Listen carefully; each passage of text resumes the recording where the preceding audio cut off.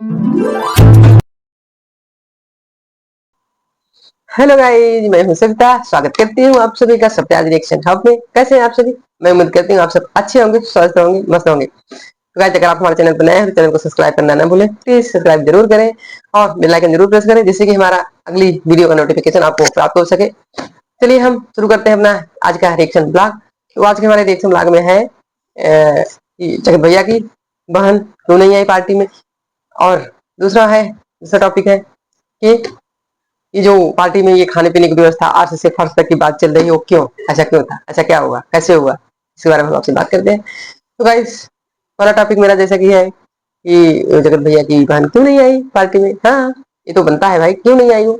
ढेर सारे लोग इससे सवाल उठाएंगे कि इतनी बड़ी पार्टी, भाई ने इतनी बड़ी पार्टी की, सब कुछ किया, लेकिन बहन को क्यों नहीं बुलाया।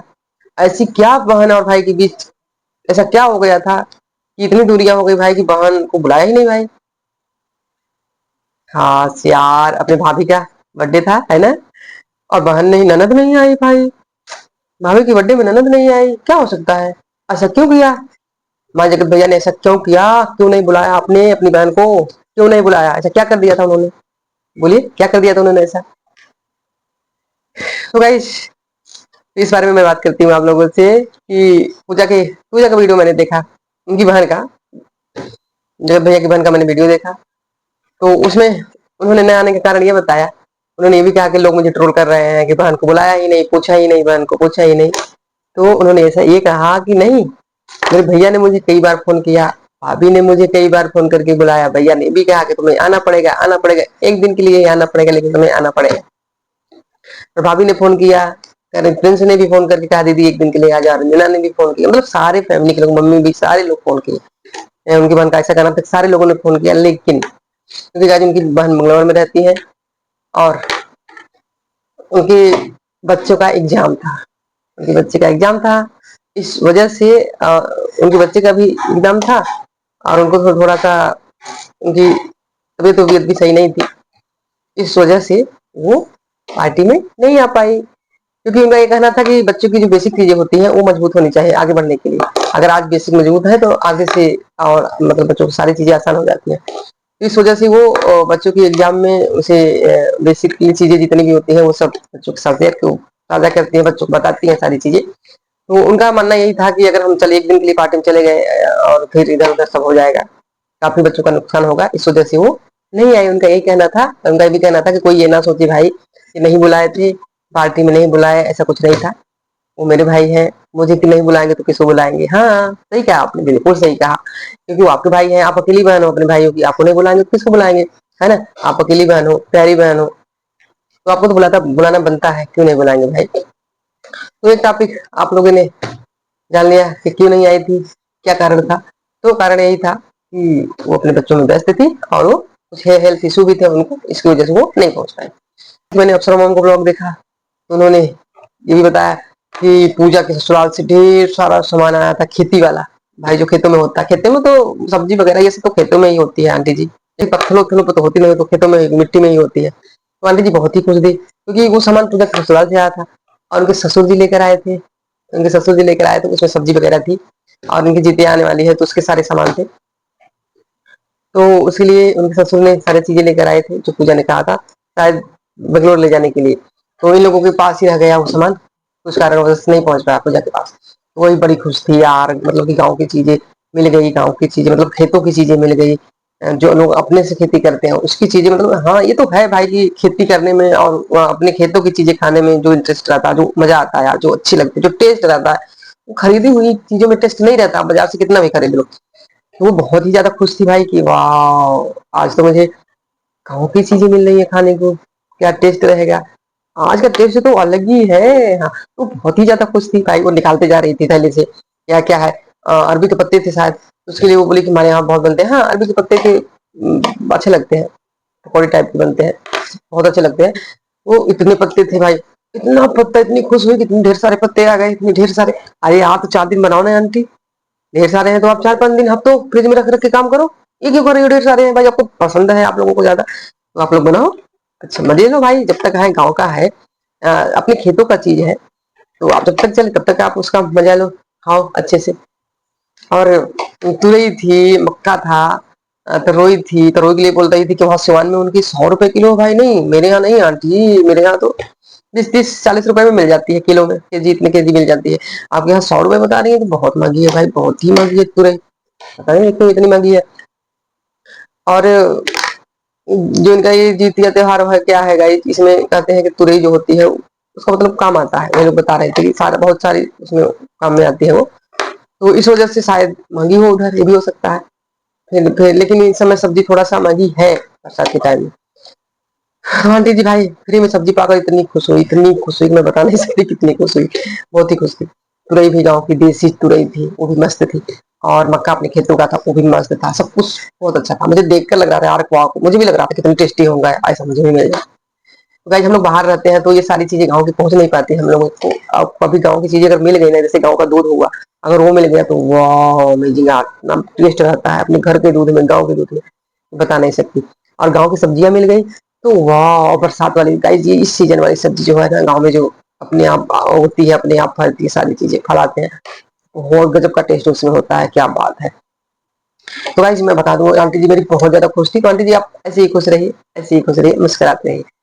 तो गाइस अब मैं आती हूँ दूसरे पॉइंट पे। दूसरा पॉइंट हमारा है कि ये जो अर्थ से फर्श तक की बातें चल रही है, क्यों चल रही है, क्या था इसमें, इसकी क्या सच्चाई है, इसको जानने के लिए आप लोग तैयार हो जाइए।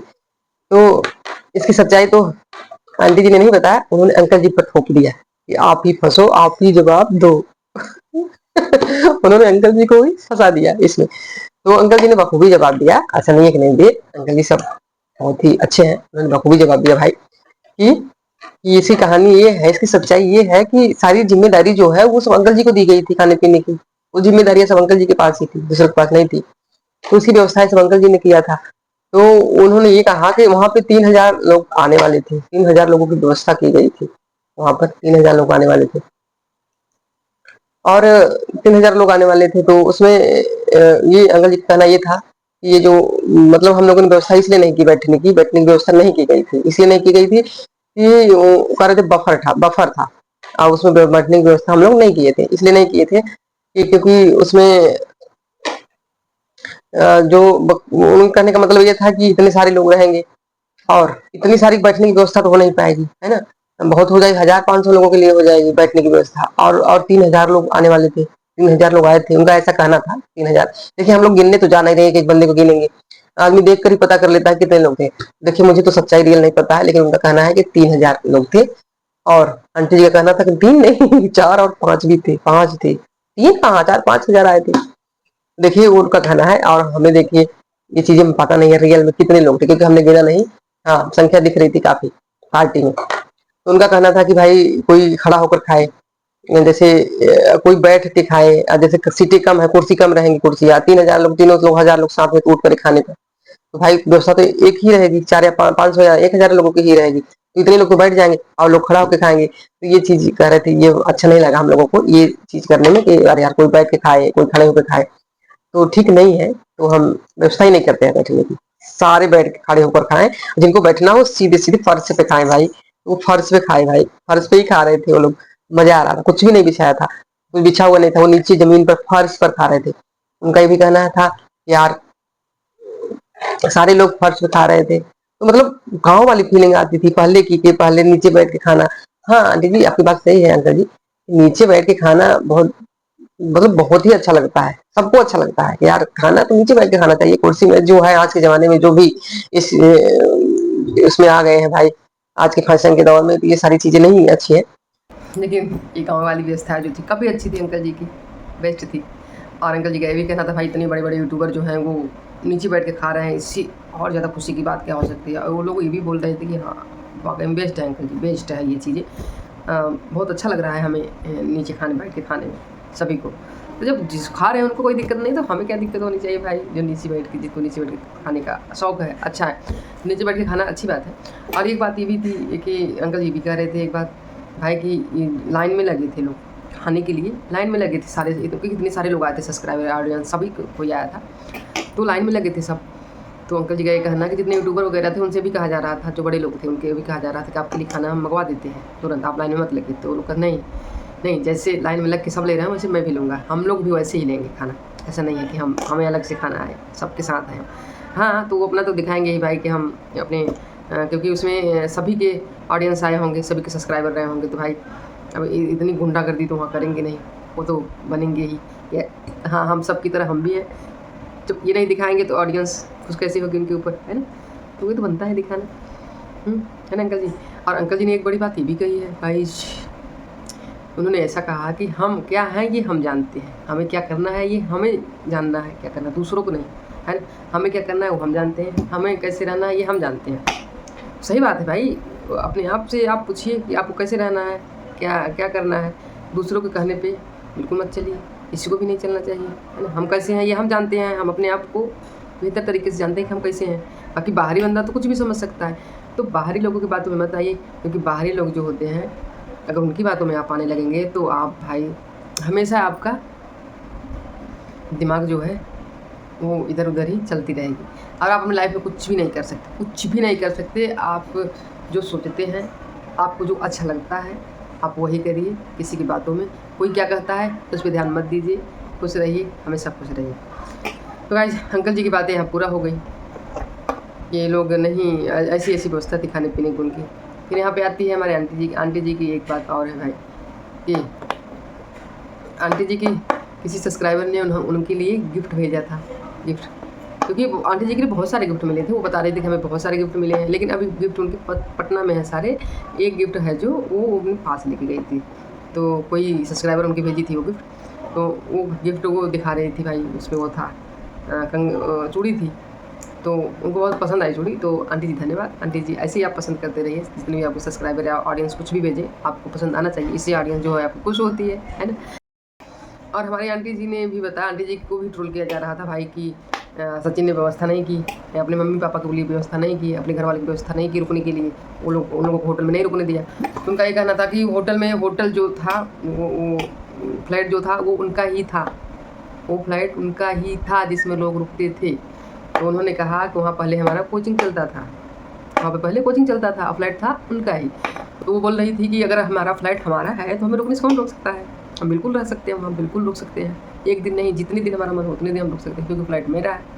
और वो कह रही थी कि हम आते हैं तो यहीं पे रुकते भी हैं, जब भी हम पटना में आते हैं तो अपने फ्लाइट में ही रुकते हैं, इसलिए मैंने फ़्लाइट भी ले रखा है हमने, जब भी हम आए तो यहाँ 2-4-10 दिन जब दिन मेरा मन कहे रुक के जाएँ।